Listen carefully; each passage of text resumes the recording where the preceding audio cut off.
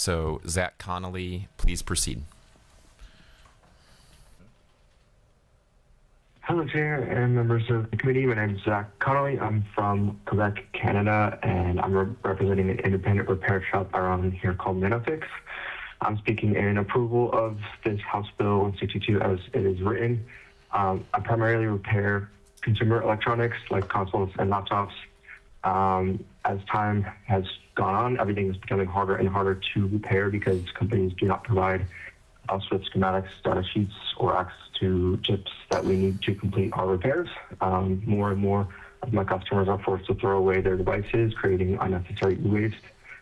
In the best cases, we're forced to source broken circuit boards of the same type and pray that the chips that are on those boards are actually there and work.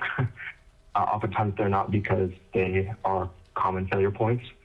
This wastes time, increased costs for consumers, and contributes to unnecessary electronic waste that could otherwise be avoided. House Bill 162 would help restore fairness to repair by giving consumers and independent businesses access to the information and components needed. Mr. Connolly, devices functioning longer. thank you for your testimony. Yeah.